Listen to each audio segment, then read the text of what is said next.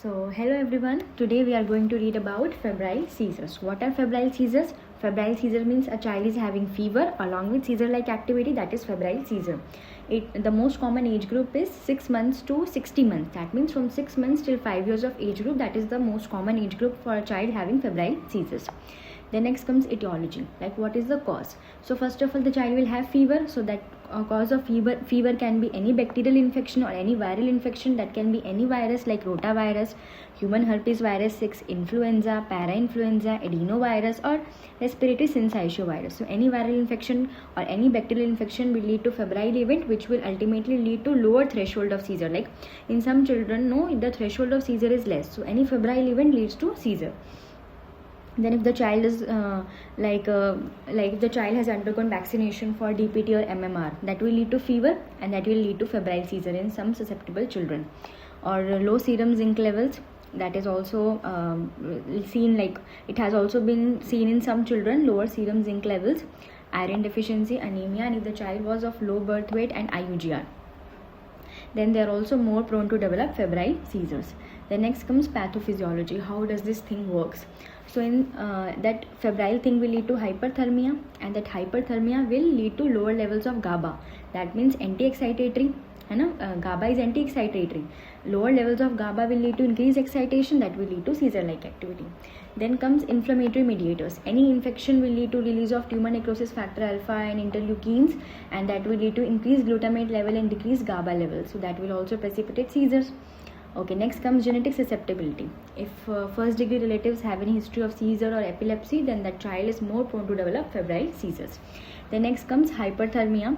Hyperthermia will lead to increased respiratory rate in the child. That will lead to respiratory alkalosis, and because of that CO2 thing, it will lead to increased neuronal excitability, precipitating the febrile seizures.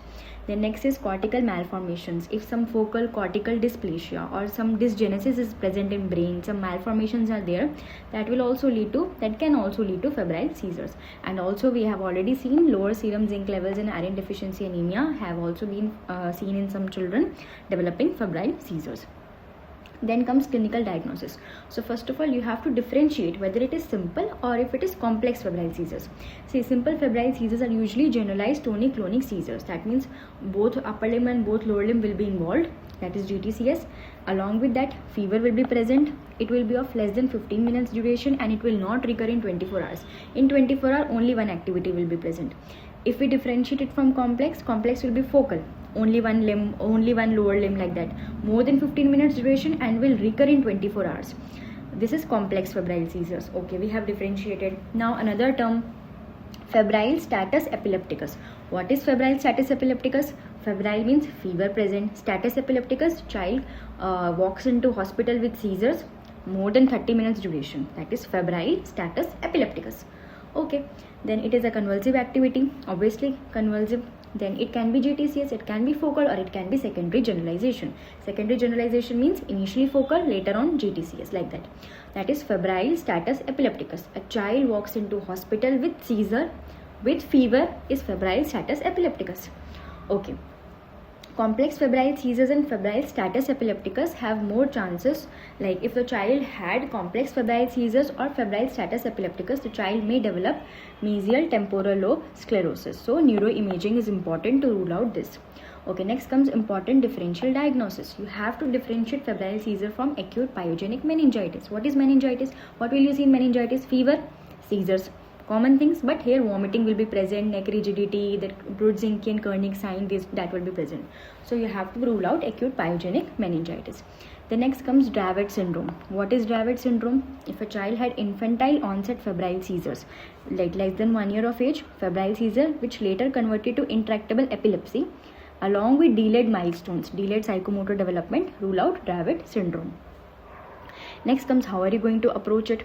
First of all, get a CBC done. You have to do a CBC not for febrile seizure, but to rule out the etiology of fever. Okay, so you have to undergo a CBC. You have to get that child undergo a complete blood count and serum electrolyte, calcium, phosphorus, magnesium, and RBS. They are not routinely indicated as per American Academy of Pediatrics guidelines. Okay, then comes lumbar puncture. You have to do lumbar puncture only if you are suspecting meningitis, if fever, seizures and meningeal signs are present, or if the child was not vaccinated also. Then also, like, the child can develop that HIB or streptococcus pneumonia, and that will lead to meningitis, no? So you have to get a lumbar puncture done in that case. Age is not routinely indicated in a healthy child. Why? To increase the financial burden, not needed. Then next comes neuroimaging. Neuroimaging is like, you have to see in which child you have to get neuroimaging done. If febrile status epilepticus, if focal neurological deficit, raised ICT, three things. Or if complex febrile seizure also, you can get a neuroimaging done to rule out mesial temporal lobe sclerosis or any other mesial temporal lobe sclerosis or any other like anomaly in brain. Then comes treatment. First is, for any emergency, first treatment is airway, breathing, circulation. Ensure this. Then put the child in left lateral decubitus position, and you have to give benzodiazepines. What all you can give? You can give diazepam, lorazepam or midazolam. Diazepam rectal or IV, lorazepam IV or intranasal, and midas either IM, IN, IV or buccal. See, nasal is like spray will come.